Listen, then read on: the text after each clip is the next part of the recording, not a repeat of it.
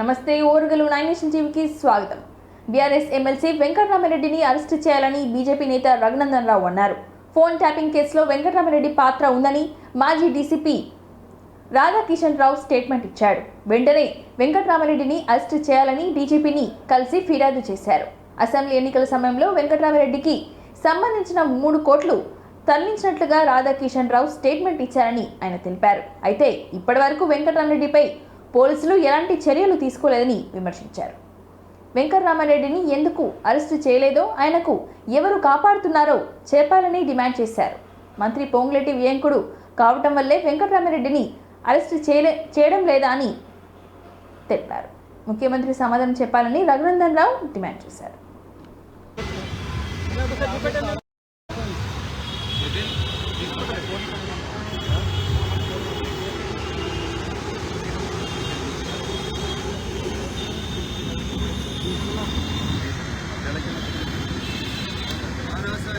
కేటగారికల్గా తన convention 29 March ఈ రాధాకి ఇద్దరు దగ్గర మిత్రులమని తామిద్దరం కలిసి ప్రభుత్వ ఆదేశాల మేరకు అప్పుడున్నటువంటి పోలీస్ అధికారుల ఆదేశాల మేరకు తాను ఒక ఎస్ఐని వెంకటరామిరెడ్డి అనే ఎమ్మెల్సీ రాజపుష్ప కన్స్ట్రక్షన్ కంపెనీ దగ్గర డిప్యూట్ చేసినాడని ఆ ఎరువు వసూలు చేసి టీఆర్ఎస్ పార్టీ నవంబర్ 23 ఎన్నికలలో ఆ డబ్బుల్ని డిస్ట్రిబ్యూట్ చేసి గెలవడానికి ఉపయోగపడ్డానని చెప్పి రాధాకిషన్ పేజీ నెంబర్ మొత్తం 8 పేజీల ఈ కన్ఫెషన్లో పేరాగ్రాఫ్ నెంబర్ 8వ పేజీ పేరాగ్రాఫ్ నెంబర్లో చెప్తారు.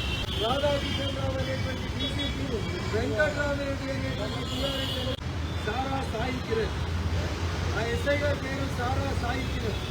ఈ సారా సాయి కిరణ్ అనేటువంటి ఎస్ఐ గారిని రాధాకిషన్ రావు గారి ఆదేశాల మేరకు పనిచేసినానని, పోలీసు వాహనంలో డబ్బులు తరలించినానని చెప్పి రెండోసారి పోలీసు కస్టడీలో తీసుకున్న తర్వాత దగ్గర నుంచి ప్రతిమా శ్రీనివాసరావు దగ్గర నుంచి రాజపుష్ప వెంకటరామిరెడ్డి దగ్గర నుంచి వీళ్ళందరి దగ్గర నుంచి తాను డబ్బులు వసూలు చేసి చంద్రశేఖరరావు గారికి ఇచ్చినాను అని రాధాకిషన్ రావు గారు బీఆర్ఎస్ పార్టీ గెలిచడానికి ఉపయోగపడ్డాయని తన కన్ఫెషన్లో చెప్తారు. కానీ ఈ రాజపుష్ప కంపెనీ ఇక్కడ డబ్బులు వసూలు చేసింది, టీఆర్ఎస్ పార్టీ గెలిచినందుకు పనిచేసినామని చెప్తే ఇవాళ ఈ కేబినెట్ లో ఉండి టెలిఫోన్ ట్యాపింగ్ లో వెంకటరామిరెడ్డిని ఎందుకు రేవంత్ రెడ్డి కాపాడుతుండు? కులం ఒకటని కాపాడుతున్నావా? పొంగులేటి శ్రీనివాస్ రెడ్డికి బియ్యం కాపాడుతున్నావా? వెంకటరామిరెడ్డిని అరెస్ట్ చేయకుండా ఆదేశాలు ఇచ్చినటువంటి మంత్రులు ఎవరు? కాపాడుతున్న అధికారులు ఎవరు? ఒక్కసారి రేవంత్ రెడ్డి విషయంలో ఆలోచించాలి. తప్పకుండా ఎన్నికల కోడ్ ముగిసిన తర్వాత ఈ పనుల మీద మీరు చర్య తీసుకోకపోతే రఘునందన్గా ఒక వకీలుగా తెలియజేస్తూ రేవంత్ రెడ్డి గారు ఎస్ఐ గారు ఎవరైతే పంచనామా చేసిందో సారా సాయి కిరణ్ అనేటువంటి ఎస్ఐ ఇచ్చినటువంటి 2 వాంగ్మూలాలు పెట్టి భూ వివాదం కేసులో మాజీ మంత్రి మల్లారెడ్డిని పోలీసులు అదుపులోకి తీసుకున్నారు. సుచిత్రలోని ల్యాండ్ వివాదం కేసులో పోలీసులతో వాగ్వాదానికి దిగారు మల్లారెడ్డి. దీంతో మల్లారెడ్డిని పోలీసులు అదుపులోకి తీసుకొని బషీరాబాద్ పిఎస్కు తరలించారు. మేడ్చల్ మల్కజ్గిరి జిల్లా సుచిత్ర పరిధిలోని సర్వే నెంబర్ 82లో మాజీ మంత్రి మల్లారెడ్డి అల్లుడు రాజశేఖర్ రెడ్డికి సంబంధించిన స్థలం కోర్టు వివాదంలో ఉంది. ఈ క్రమంలోనే ఈ స్థలాన్ని కొందరు ఆక్రమించుకుంటున్నారని ఆరోపిస్తూ మల్లారెడ్డి ఎమ్మెల్యే రాజశేఖర్ రెడ్డి తమ అనుచరులతో కలిసి స్థలంలో వేసిన బార్గేట్లను తొలగించారు. అక్కడున్న 2.5 ఎకరాల భూమి తమదే అంటూ వాగ్వాదానికి దిగారు. అయితే అందులో 1.6 గుంటల భూమి తమదంటూ మరో 15 మంది అడ్డుకున్నారు. ఒక్కొక్కరం 400 గజాల చొప్పున గతంలో భూమి కొనుగోలు చేశామని 15 మంది చెప్తున్నారు. కోర్టు సైతం తమకు అనుకూలంగా తీర్పు ఇచ్చిందని తెలిపారు. పరిస్థితి ఉద్రిక్తంగా మారుతుండడంతో పోలీసులు రంగప్రవేశం చేశారు. మల్లారెడ్డి తన అంచెలతో బెదిరింపులకు గురి చేస్తున్నారని వాపోయారు. పోలీసులు ఇరువురికి నచ్చజెప్పే ప్రయత్నం చేశారు.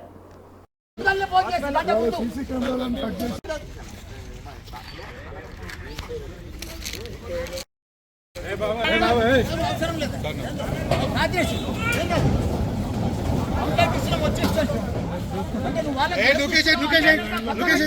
నలభై ఏళ్ళ సందులో కబ్జా పెట్టాక తీసుకున్నావా? ఏం చూసుకుంటావు? ఇద్దరు ఎమ్మెల్యేలు కాదు చూడాలి. కేసు పెట్టా వాళ్ళ జాగ్రత్త ఇది వాళ్ళ జాగ్రత్త ఏం చూస్తావు చెప్పు. వాడు కబ్జా పెట్టి ఏం చూస్తావు? ఏమంటలేదు పొద్దున్నే ఫోన్ చేసి దౌర్జన్యం 100 మంది గుండాలు వచ్చారు. ప్రాణాలు తీసేందుకు వచ్చి జాబ్ కోసం ఏం చూస్తావు చెప్పు. ఏం చేస్తావు? నేను సిబి గారితో పోతాను. నువ్వు నా మీద రాపించుకోపోయాం. మా జాగ్రత్త వాడు వచ్చి కబ్జా పెడతాడు. మా జాగ్రత్త కబ్జా పెడతాడు. దానికోసం ఏం చేస్తావు చెప్పు. ఇప్పుడు దీనికోసం దీన్ని ఏం చేస్తావు చెప్పు.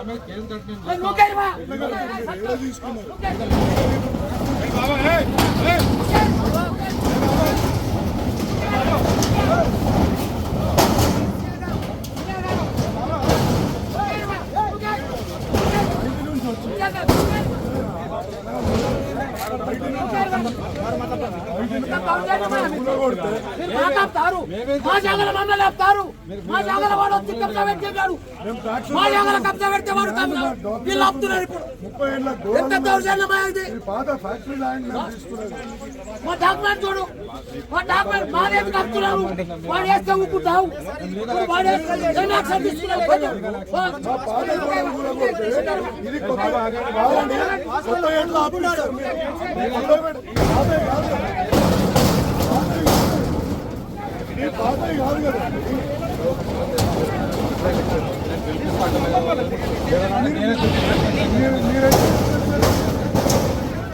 సార్ ఇప్పుడు ఇన్ని కూడా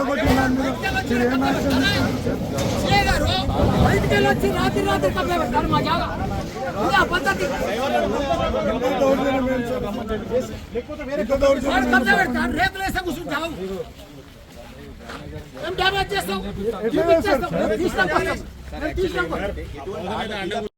మహిళలకు ఫ్రీ బస్ జర్నీపై ప్రధాని నరేంద్ర మోడీ వ్యాఖ్యలకు మంత్రి పొన్నం ప్రభాకర్ కౌంటర్ వేశారు.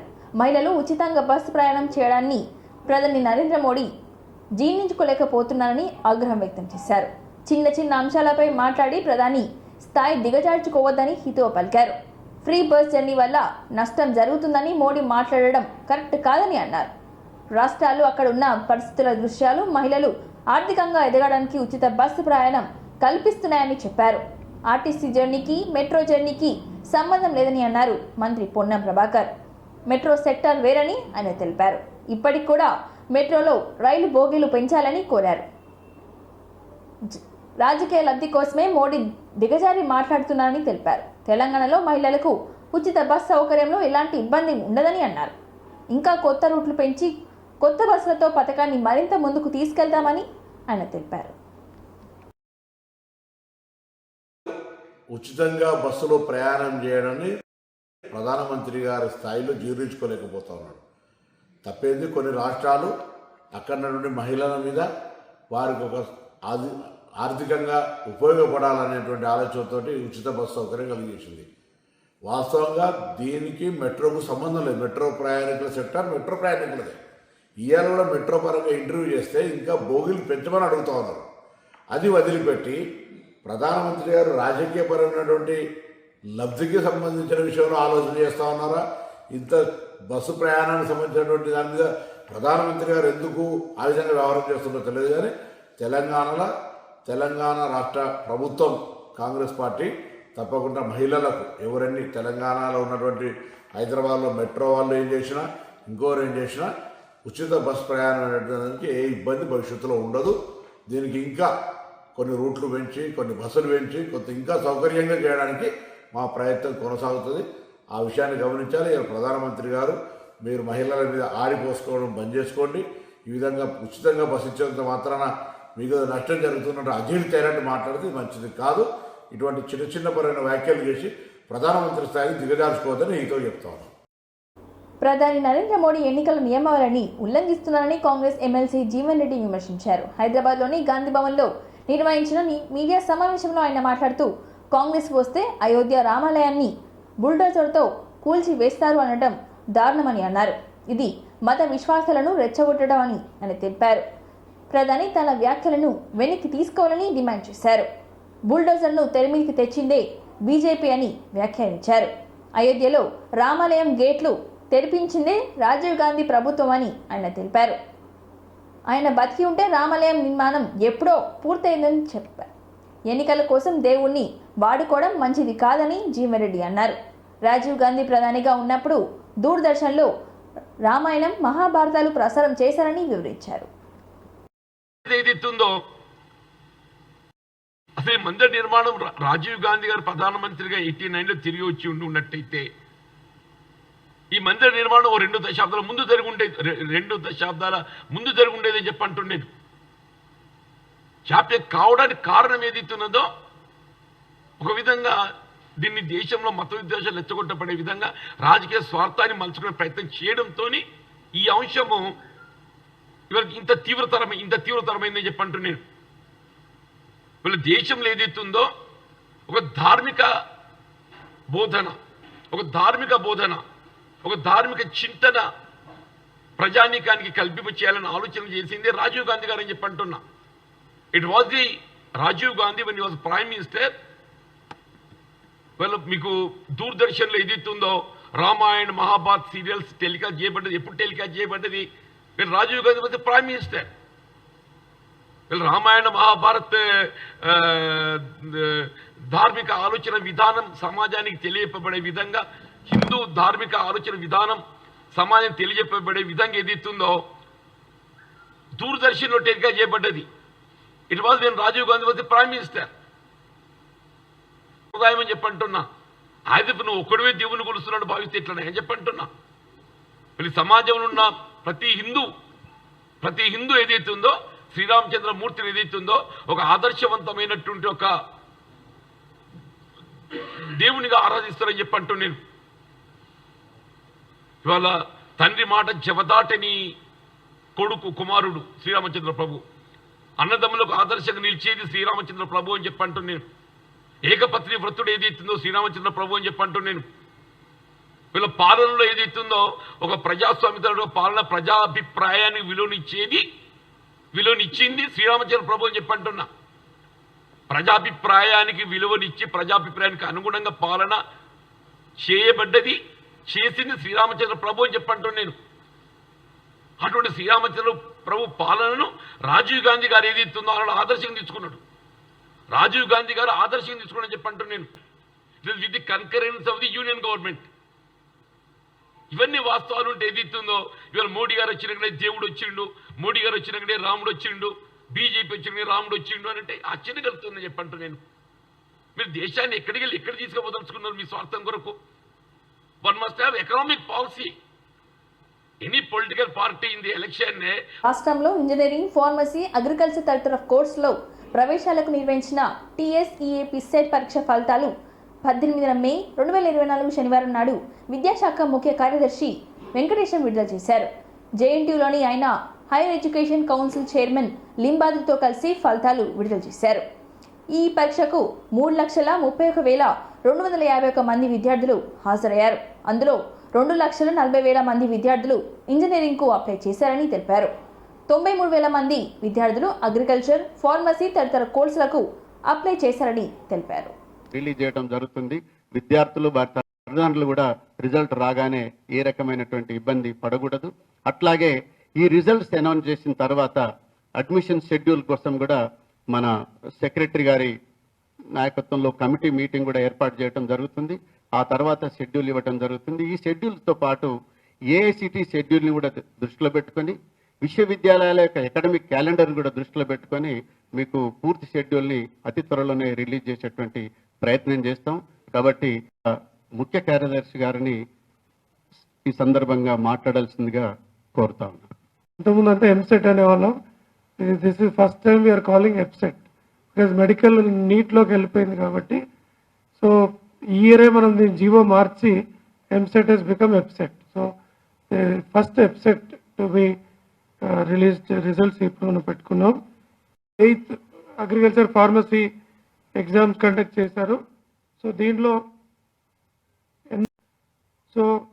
తెలంగాణలో 1,95,729, ఆంధ్రలోనేమో 44,889 ఆంధ్ర నుండి. సో ఈ సెంటర్స్లో ఓవరాల్గా 93.5.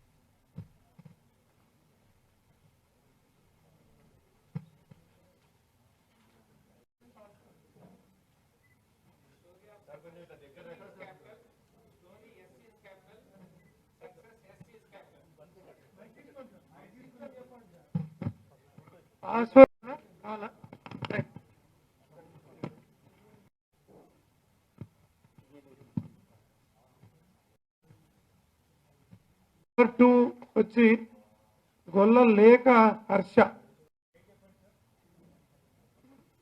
ఓకే, అంతా వీళ్ళంతా కూడా ఫస్ట్ ర్యాంక్ వచ్చి శ్రీకాకుళం పాలకొండ శ్రీకాకుళం నుండి ఫస్ట్ ర్యాంకర్. సికింద్రాబాద్ శశిశేఖర్ శుక్ల. 4th గోగలపల్లి సందేశ్ కానామెట్ హైటెక్స్ మాదాపూర్ స్వాతంత్ర ప్రభావం. ఆర్కే గన్పూర్ వరంగల్ నుండి ఒక అమ్మాయి 10th ర్యాంకు వచ్చిన అమ్మాయి మాత్రం ఒక first girl in the entire top 10లో ఒక అమ్మాయి ఉంది. దనుకొండ శ్రీనిధి విజయనగరం నుండి ఆంధ్రప్రదేశ్ నుండి 10th ర్యాంక్లో ఉంది. సో టోటల్గా out of 10 ర్యాంక్లో 10th rank is the girl. హైదరాబాద్లో కుండపోత వర్షం కురిసింది. భారీ వర్షానికి మహానగరంలో జనజీవనం స్తంభించిపోయింది. పలు చోట్ల విద్యుత్ సరఫరాకు అంతరాయం ఏర్పడింది. రోడ్లపై నీరు చేరుకొని చెరువులాగా తలపించింది. దీంతో వాహనదారులు రాకపోకలు తీవ్రంగా అంతరాయం ఏర్పడింది. వాహనాలు ముందుకు కదలలేక భారీగా ట్రాఫిక్ జామ్ అయ్యింది. ఇక రాష్ట్రంలోని పలు జిల్లాల్లోని మోస్తరు నుంచి భారీ వర్షాలు కురిశాయి. దీంతో పంట నష్టం జరగడంతో రైతులు తీవ్ర ఆందోళన చెందుతున్నారు. ప్రభుత్వమే తమను ఆదుకోవాలని వాపోతున్నారు. మరోవైపు రానున్న 5 రోజుల పాటు వర్షాలు కురుస్తాయని వాతావరణ శాఖ వెల్లడించింది. ఈ నేపథ్యంలో అధికారులు అప్రమత్తంగా ఉండాలని ముఖ్యమంత్రి రేవంత్ రెడ్డి ఆదేశించారు.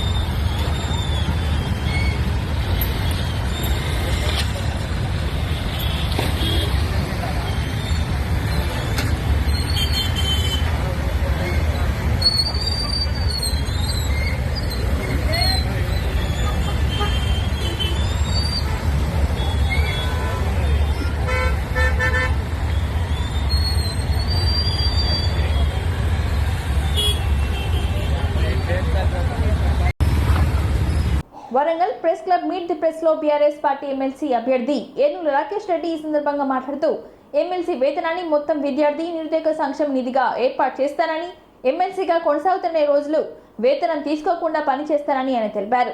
కాంగ్రెస్ ఎమ్మెల్సీ అభ్యర్థి రైతు బంధు అడిగితే రైతులను చెప్పుతో కొడతాని రైతుల ఆత్మగౌరవం మీద దెబ్బ కొట్టారు. అలాంటి వ్యక్తికి రైతు బిడ్డలు పట్టభద్రులు ఎమ్మెల్సీ ఎన్నికల్లో ఓటుతో బుద్ధి చెప్పాలని కోరారు. ప్రతిపక్ష నాయకుడిగా ఎమ్మెల్సీ పదవికే వన్నె తెస్తా, 46 జీవోను ప్రభుత్వం మెడలు వంచి రద్దు చేస్తాయి, అవసరమైతే సభను స్తంభింపజేస్తాను, ప్రతి గ్రాడ్యుయేషన్ గల్లా ఎగురవేసుకునేలా నా నడవడిక ఉంటుందని ఆయన తెలిపారు. పట్టభద్రుల ఎమ్మెల్సీ స్థానమైన వరంగల్, ఖమ్మం, నల్గొండ ప్రాంతాల్లో 32 మందికి అధికార పార్టీ నాయకులు ఉంటే కేవలం 2 ఎమ్మెల్సీలు మాత్రమే ప్రతిపక్ష నాయకులు మాత్రమే ఉన్నారు. వరంగల్ జర్నలిస్టులు నన్ను ఇక్కడి దాకా తీసుకొచ్చారు. రాష్ట్ర స్థాయి నాయకుడిగా నిలబెట్టారు. మీ సహకారం ఉంటే మండలిలో మీ ప్రతినిధిగా మీ గౌరవాన్ని కాపాడుతానని, ఈ ఎమ్మెల్సీ గెలుపు కేసీఆర్కి బహుమతిగా ఇస్తానని ఆయన తెలిపారు. నాకు రాజకీయ పునర్జన్మ ఇచ్చిన బీఆర్ఎస్ పార్టీ రుణం తీర్చుకుంటా అంటూ ప్రసంగించారు రాకేష్ రెడ్డి. ఈరోజు గెలుచుకున్నది రాజ్యం వెళ్తా ఉన్నది. కేవలము పల్లా రాజేశ్వర రెడ్డి గారు, జగదీశ్వర్ రెడ్డి గారు తప్ప మిగతా అందరూ కూడా అధికార పార్టీ సభ్యులే. ఎప్పుడు కూడా ప్రతిపక్షం బలంగా ఉండాలి. ప్రజాస్వామ్యంలో ప్రజాస్వామ్యం పరిడవిల్లాలంటే ప్రజల పక్షమై గొంతెత్తేటువంటి నాయకత్వానికి కూడా బలం చేకూర్చాల్సినటువంటి అవసరం ఉంది. ప్రజలు ఆ రకంగా ఆలోచించాల్సినటువంటి అవసరం కూడా ఉంది. నేను మీ బిడ్డను, నేను ఓరుగల్లు బిడ్డను, ఈ ఓరుగల్లు గడ్డ మీద పుట్టి పెరిగినటువంటి వాడిని. నేను ఒక చిన్న రైతు కుటుంబంలో పుట్టినటువంటి వాడిని. ఎంతో కష్టపడి చదువుకొని బిట్స్ పిలానీలో సీటు సంపాదించుకొని అక్కడ నేను చదువుకొని గోల్డ్ మెడల్ సాధించడం జరిగింది. నేను బిట్స్ పిలానీలో ఉన్నప్పుడు కూడా నేను యూనివర్సిటీ విద్యార్థి నాయకుడిగా 10,000 మందితో కూడుకున్నటువంటి యూనియన్కి నేను 2 పర్యాయాల పాటు ప్రధాన కార్యదర్శిగా ఎన్నుకోబడ్డాను.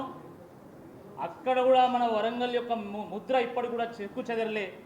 నేను ఆ రోజు పోటీ చేస్తే ఇప్పటి వరకు కూడా నాకు వచ్చినటువంటి మెజారిటీ ఎవరు కూడా దాటలేకపోయింది. గులాబీ జెండా ఎగురుతూ వచ్చింది. ఇప్పుడు మళ్ళీ ఒక గొప్ప అవకాశం వచ్చింది. ప్రజలు ఆదరిస్తే, ప్రజలు ఆశీస్సులు తెలియజేస్తే, ప్రజలు ఆశీర్వదిస్తే తప్పకుండా ఒక యువ నాయకత్వానికి ఓరుగల్లు బాటలు వేసినట్టయితుంది. ఒక మంచి విద్యావంతుని ప్రజలకు అందించినట్టయితుంది అని చెప్పి ఈ సందర్భంగా నేను గుర్తు చేస్తా ఉన్నాను. పట్టభద్రుల నియోజకవర్గం ఎన్నిక సాధారణ ఎన్నికతో పోలిస్తే చాలా భిన్నంగా ఉంటుంది. నిలిచేటువంటి ఒక తీర్పునిస్తారు కాబట్టి థింకర్స్, ఇంటలెక్చువల్స్, మంచి విద్యావంతులు సమాజంలో ఒక సంక్షోభం ఏర్పడ్డప్పుడు ఒక దారి చూపగలిగేటువంటి సత్తా కలిగినటువంటి నాయకులు వీళ్ళు. మేధావులను పంపుతారు తప్ప మోసగాలను పంపరు. ప్రతి పట్టభద్రుల నియోజకవర్గ ఎన్నికల్లో డజన్ల కొద్ది మంది పోటీ చేస్తూ ఉంటారు. That is the beauty of democracy. ఆదర్శంగా నిలిచేటువంటి వారిని తప్పకుండా ఎన్నుకుంటూ వస్తున్నారు. తప్పకుండా ఈసారి కూడా ఎన్నుకుంటారని చెప్పి నేను భావిస్తూ ఉన్నాను. పుట్టిన గడ్డ రుణం తీర్చుకోవాలనేటువంటి ఉద్దేశంతో నేను నేరుగా వరంగల్కి వచ్చి నేను భారతీయ జనతా పార్టీలో చేరడం జరిగింది. భారతీయ జనతా పార్టీలో 11 ఏళ్ళు నేను ప్రయాణం చేసిన, నా ప్రస్థానం అంతా తెలుసు. భారతీయ జనతా పార్టీలో ప్రజా గొంతుకై పోరాటం చేసిన, అనేక సమస్యల మీద స్పందించాను. నేను ఈ కులం, ఆ మతం, ఈ వర్గం నిలబడుతూ నేను బీజేపీ రాష్ట్ర అధికార ప్రతినిధిగా నేను పనిచేశాను. వరంగల్ జిల్లా ఇన్ఛార్జ్ ప్రధాన న్యాయమూర్తి జి ప్రేమలత నిర్వహించిన ప్రింట్ అండ్ ఎలక్ట్రానిక్ మీడియా సమావేశంలో ప్రధాన న్యాయమూర్తి మాట్లాడుతూ గౌరవ జాతీయ మరియు రాష్ట్ర న్యాయ సేవాధికారి సంస్థల ఆదేశాలను అనుసరించి వరంగల్ జిల్లా న్యాయ సేవాధికారి సంస్థ శనివారం రోజున జాతీయ లోక్ అదాలత్ను వరంగల్ జిల్లా కోర్టులో మరియు నర్సింపేట్ మండల కోర్టులో నిర్వహించడానికి అన్ని ఏర్పాట్లు పూర్తి చేశారని తెలిపారు. కనుక శిక్షాదారులు తమ వీలును బట్టి తమ కేసులను రాజీ కుదుర్చుకోవాల్సిందిగా విజ్ఞప్తి చేశారు. ఈ లోక్ అదాలత్లో రాజీ పడదగు క్రిమినల్ కేసు, సివిల్ కేసు, భూ తగాదాలు case, motor vehicle accident case, వివాహ మరియు కుటుంబ తగాదాల case, bank check bounce, electricity chit funds, disaster management case, insurance case, excise, విద్యుత్ చోరీ, ట్రాఫిక్ ఈ చలాన్ కేసులు మరియు ఫ్రీ లిటిగేషన్ కేసులు మరియు ఇతర రాజీ పడదగు కేసులను ఇరుపక్షాల అంగీకారంతో పరిష్కరించుటకు సిద్ధంగా ఉన్నామని తెలిపారు. చేసుకోవడానికి సిద్ధంగా ఉన్న కేసులన్నీ కూడా మేము సెటిల్ చేస్తామని తెలియజేస్తున్నాము. ఈ జాతీయ లోక్ అదాలత్ నందు లిటిగెంట్ పబ్లిక్ అందరు కూడా అటెండ్ అయ్యి తమ కేసెస్ ఏవైతే కాంపౌండబుల్ కేసెస్ ఉన్నాయో అవన్నీ కూడా కాంప్రమైజ్ చేసుకోవాలని కోరుతున్నాము. ఈ జాతీయ లోక్ అదాలత్ లో ఎవరైతే వాళ్ళ కేసెస్ సెటిల్ చేసుకోవాలనుకుంటున్నారో అవన్నీ కూడా వాళ్ళ కేసెస్ డీటెయిల్స్ అన్ని కూడా మాకు సంబంధిత కోర్టులో తెలియపరిచి రాజీ కుదుర్చుకొని వాళ్ళ విలువైన సమయాన్ని కోర్టుల చుట్టూ తిరుగుతూ వేస్ట్ చేయకుండా ఆ విలువైన సమయాన్ని సద్వినియోగం చేసుకోవాలి. తర్వాత ఈ లిటిగెంట్ పబ్లిక్ అందరు కూడా తమ అడ్వకేట్స్ తోని కోర్టుకు నేరుగా ఆ రోజు హాజరు కావాలని తెలియజేస్తున్నాము. వాళ్ళు లిటిగెంట్ పబ్లిక్ 8 జూన్ 2024 ఆ ఒక్కరోజు కాకుండా ఎవరికి వీలైన టైంని బట్టి మేము ఇక్కడ ప్రీ లోక్ అదాలత్ కూడా నిర్వహిస్తున్నాము. మే 14 నుంచి ప్రీ లోక్ అదాలత్ జరుగుతుంది. ఆ డేట్ నుంచి డైలీ లోక్ అదాలత్ ఇక్కడ ఉంటుంది. ఆ డేట్స్ లో కూడా వాళ్ళు సెటిల్ చేసుకునే వాళ్ళు ఆ డేట్స్ లో కూడా వాళ్ళ కేసెస్ కోసం ఇక్కడ జాతీయ లోక్ అదాలత్ డైరెక్షన్స్ ప్రకారం మేము నిర్వహిస్తున్న ఈ వరంగల్ లీగల్ సర్వీస్ అథారిటీని అప్రోచ్ అయ్యి వాళ్ళు సెటిల్ చేసుకోమని కోరుచున్నాం. తర్వాత ఈ జాతీయ లోక్ అదాలత్ విజయవంతం కావడంలో మీ అందరి పాత్ర ఉంది. మీ అందరు కూడా మీదైన శైలిలో మంచి పబ్లిసిటీ ఇచ్చి ఈ జాతీయ లోక్ అదాలత్ దగ్గర మా వరంగల్ లీగల్ సర్వీస్ అథారిటీ గుర్తింపు వచ్చేలాగా మీరందరూ కూడా మాకు సహకరించాలని కోరుతున్నాం. ఇంతటితో ఈ వార్తలు సమాప్తం. మరిన్ని వార్తలతో మళ్ళీ కలుద్దాం. చూస్తూనే ఉండండి ఓరగల్లు 9 నేషనల్ టీవీ.